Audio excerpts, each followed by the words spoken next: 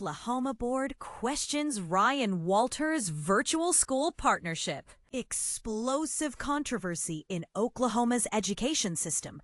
Are we sidelining the voices that matter? In a decision that has sparked widespread debate, State Superintendent Ryan Walters recently championed a new conservative online private school without first consulting the Oklahoma State Board of Education.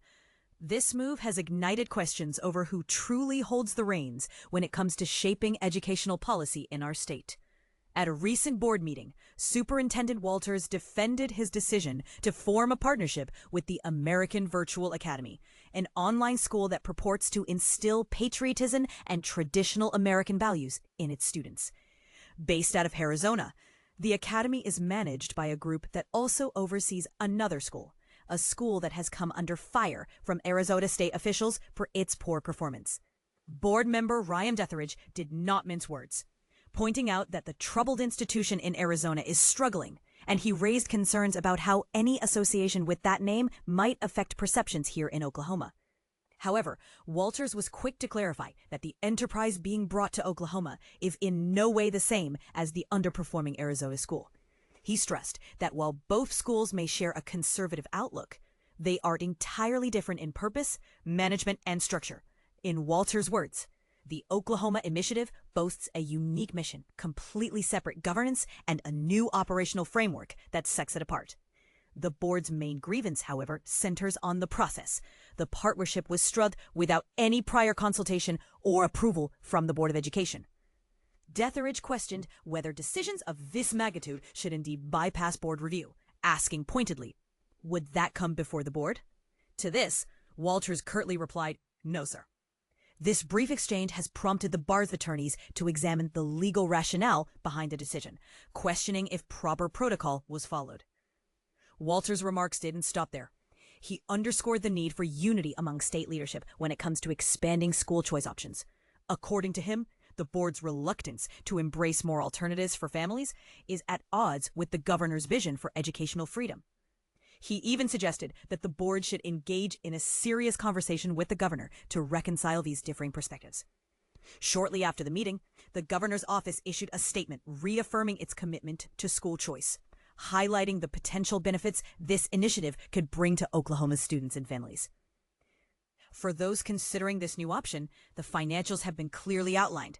Enrolling in a year of high school through the American Virtual Academy would cost new K-12 school battles, woke ideology with American principles focus. A groundbreaking K-12 online academy is reshaping education by prioritizing American values and rejecting progressive ideologies.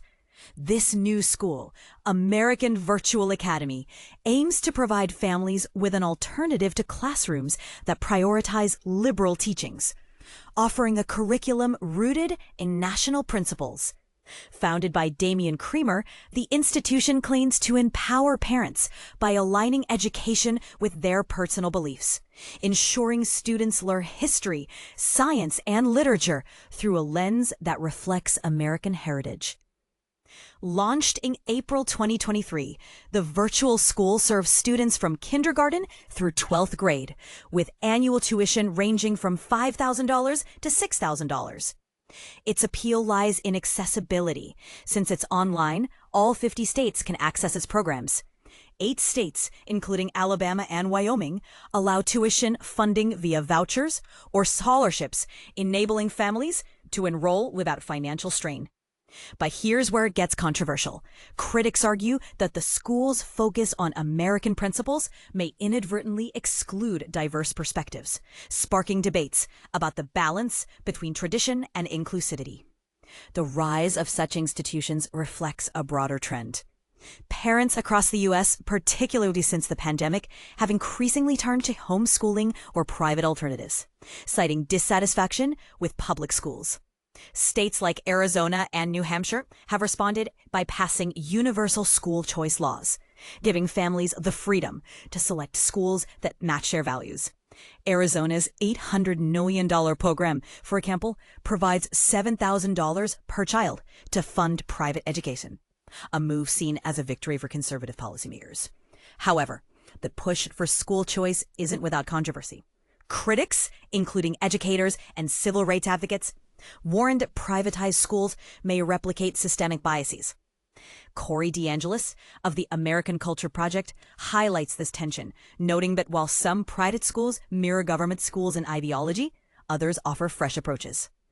Parents want their kids to learn facts, not political agendas, he says, emphasizing the growing demand for education that aligns with family values. The Trump administration's federal tax credit scholarship program further fuels this movement, allowing families to support school choice initiatives despite state-level restrictions. With over 600 students enrolled and ambitions to reach 10,000 in 3 years, American Virtual Academy exemplifies the shift toward personalized learning. Yet, as the debate continues, one question lingers. Is education truly free when it's shaped by political agendas? Or does the pursuit of individual values justify the risks of exclusion? What do you think? Oklahoma superintendent faces backlash over out-of-state private school partnership. In a surprising turn of events, members of the Oklahoma State Board of Education, OSBE, are raising serious concerns regarding Superintendent Ryan Walters' recent advocacy for parents to consider enrolling their children in an out-of-state private school. This discussion took place during a board meeting held on Thursday in Oklahoma City, where the implications of such a partnership were scrutinized. The school in question, known as American Virtual Academy, AVA, or American Virtual LLC, has come under fire for lacking an official address in Oklahoma and for not having submitted an application to the Oklahoma Tax Commission. Despite these issues, Superintendent Walters insists that the school qualifies for the private school tax credit, which is designed to provide financial relief to parents. Board member Becky Carson raised a critical point, questioning, is there not an Oklahoma school or company that can provide the same thing? So we're not having to seek that from out of state? This question highlights a growing concern among board members about the reliance on out-of-state educational institutions. Superintendent Walters has been vocal about his belief that left-wing ideologies in schools pose a significant threat to students, asserting that parents deserve more educational options. She proudly stated, OSDE is proud to be one of the first states in the country to do this, referring to the initiative to promote school choice. However, it is worth noting that AVA is currently a charter school in Arizona, facing potential closure due to poor student performance, raising further questions about its viability as an educational option. In a video shared online, Walters declared, "We will continue to fight back against the woke liberal agenda in our schools," emphasizing his commitment to opposing what he perceives as detrimental influences in education.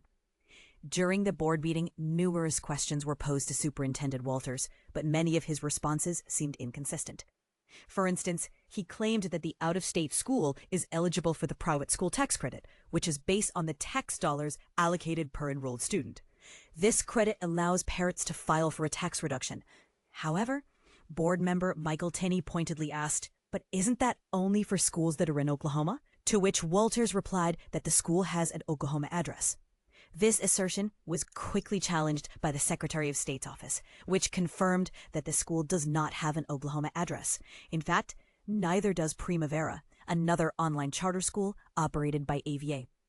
Superintendent Walters attempted to clarify the situation by suggesting that the media had misrepresented AVA, claiming it was not the same institution located in Arizona. However, it is important to note that both schools share the same founder, Damian Creamer, who celebrated the OSDE partnership on social media, stating, "Huge win. School choice is about putting power back in the hands of families, celebrating Oklahoma families." Another significant concern is that AVA has not yet applied to be recognized as a private school by the Oklahoma Tax Commission. After the meeting, Jennifer Palmer from Oklahoma Watch pressed Walters on this issue multiple times, to which he responded, "They are already eligible." When Palmer pointed out that they had not applied according to the Tax Commission, Walters replied, "We'll have to get the Tax Commission going on that then." This situation became even more perplexing when News 4 inquired about the supposed Oklahoma address, to which Walters admitted, "I don't know all the details on that. I know that we're going to have them available for students this fall. I know that they are working through all of those hoops. I don't know the address." As the school year approaches, with many Oklahoma students set to start classes in just 2 weeks, the urgency of these discussions cannot be overstated. What do you think about the push for out-of-state educational options? Is it a necessary step towards greater school choice, or does it raise more questions than it answers? Share your thoughts in the comments below.